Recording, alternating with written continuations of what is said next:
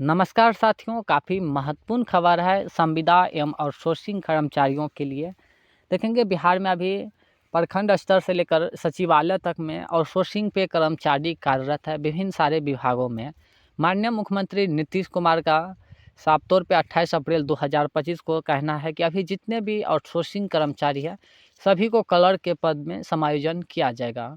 खास करके बिहार में जितने भी डाटा एंट्री ऑपरेटर है, बेल्ट्रॉन सहित अन्य प्रकार के जितने भी कर्मचारी कार्यरत है डाटा एंट्री ऑपरेटर के पद पे, सभी के हित में ये निर्णय लिया गया है। तो आगे यहाँ पे समझ लेंगे।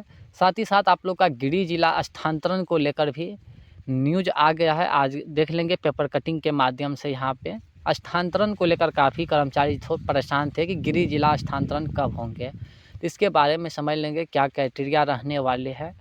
और साथ ही साथ यहाँ पे देखेंगे जो अभी संविदा पे जो ग्राम कचहरी सचिव का बहाली निकाली गई थी, उसका अंतिम मेरिट जो है बहुत जल्द पब्लिश कर दिया जाएगा। इस नोटिस को आप लोग डिटेल से पढ़ लेंगे जो ग्राम कचहरी सचिव के लिए फॉर्म अप्लाई किए थे।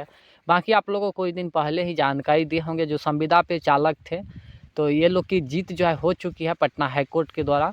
इन लोग का मामला था, जैसे इन लोग की वैकेंसी आती है 618 पद के लिए, तो मतलब इन लोग का ज्वाइनिंग पे 1 साल का एग्रीमेंट था और विभाग को ज़रूरत था 3-4 साल काम करवा लिए।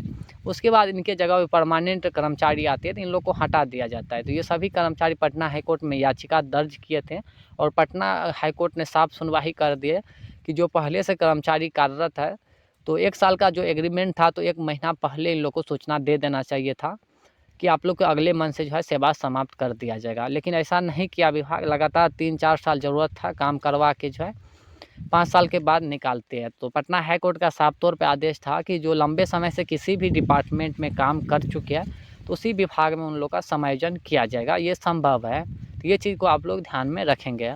बाकी यहाँ पर आप लोग भी देख सकते हैं 28 अप्रैल 2025 माननीय मुख्यमंत्री नीतीश कुमार के द्वारा साफ तौर पे घोषणा कर दी है कि अभी जितने भी डाटा एंट्री ऑपरेटर है, जितने भी आउटसोर्सिंग कर्मचारी है, सभी को क्लर्क के पद पे समायोजन किया जाएगा। तो ये कहाँ तक उचित है और कहाँ तक ये न्यूज़ सही है, अभी कुछ कहा नहीं जा सकता है। बाकी आगामी चुनाव है, हो सकता है चुनाव को लेकर इस तरह से घोषणा कर देती है पलटू राम, कुछ कहा नहीं जा सकता है। बाकी यहाँ पर देखिए स्थानांतरण को लेकर जो है एक महत्वपूर्ण खबर आई हुई है, इसके बारे में समझ लेंगे। यहाँ पर देखिए जानकारी दी गई है, एक ही स्थान पर 3 साल से अधिक समय से जमे कर्मियों का होगा तबादला। मतलब साफ तौर पे जानकारी दिया गया है कोई भी कर्मचारी किसी भी डिपार्टमेंट में 3 साल लगातार काम कर लेते हैं तो अपने मनमर्जी अकॉर्डिंग जो है जहाँ पे स्थानांतरण लेना चाहते हैं तो वो ले सकते हैं। इसके बारे में समझ लेंगे। आज का ये पेपर कटिंग है 4 मई 2025। यहाँ पे समझ लेंगे विधानसभा चुनाव को लेकर प्रशासनिक स्तर पर तैयारियां शुरू हो चुकी है। विधानसभा चुनाव अक्टूबर-नवंबर में होने वाला है। इसको लेकर बड़ी संख्या में सरकार को रिक्त पदों को भरने का निर्देश दिया गया है। साथ ही साथ स्थान पर 3 साल, एक ही स्थान पर 3 साल से अधिक समय में जमे हुए पदाधिकारियों को स्थानांतरण की समय सीमा भी निर्धारित कर दी गई है।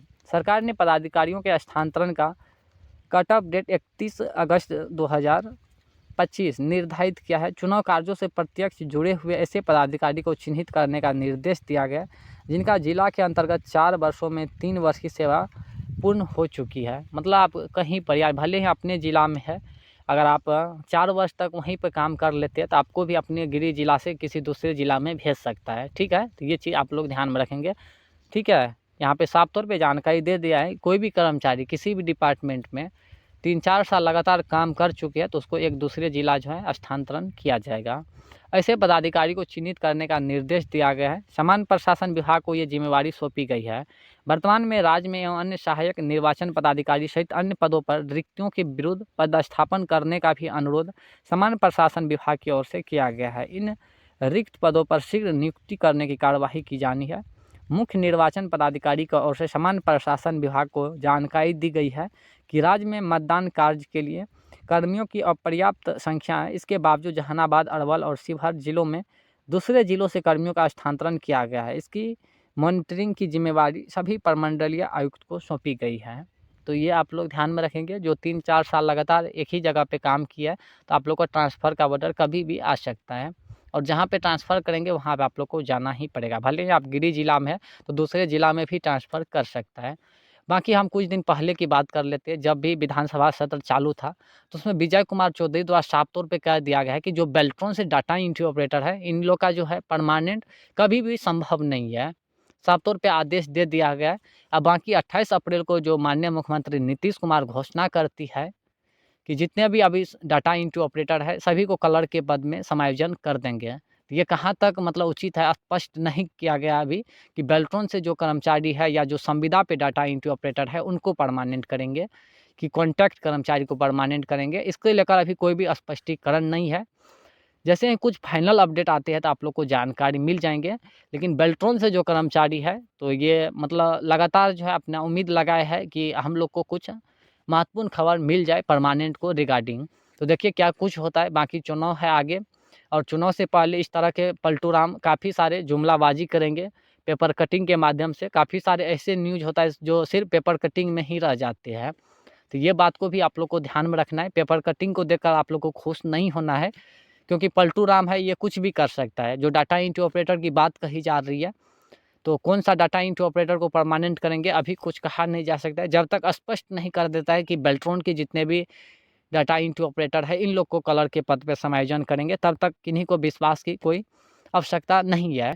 तो इसलिए आप लोग धैर्य बना के रख लेंगे। बाकी आप लोग के आगे की जो भी कार्यक्रम है वो जारी रखेंगे, क्योंकि इस तरह से जो है लगातार घोषणा होते रहेगा, ठीक है। लेकिन ये 4 मई 2025 का अपडेट है। स्थानांतरण को लेकर ये जो है इसकी जो है पुष्टि हो चुकी है। आप लोग को कभी भी किसी भी जगह पे जो है स्थानांतरण किया जा सकता है, अगर 3-4 साल से लगातार काम कर चुके हैं किसी भी डिपार्टमेंट में। तो ये चीज़ आप लोग ध्यान में रखेंगे। बाकी आगे देखिए क्या कुछ करता है माननीय मुख्यमंत्री नीतीश कुमार। आप लोग का क्या राय है, आप लोग कमेंट जरूर कीजिएगा। जो बेल्ट्रॉन से खास करके कर्मचारी है,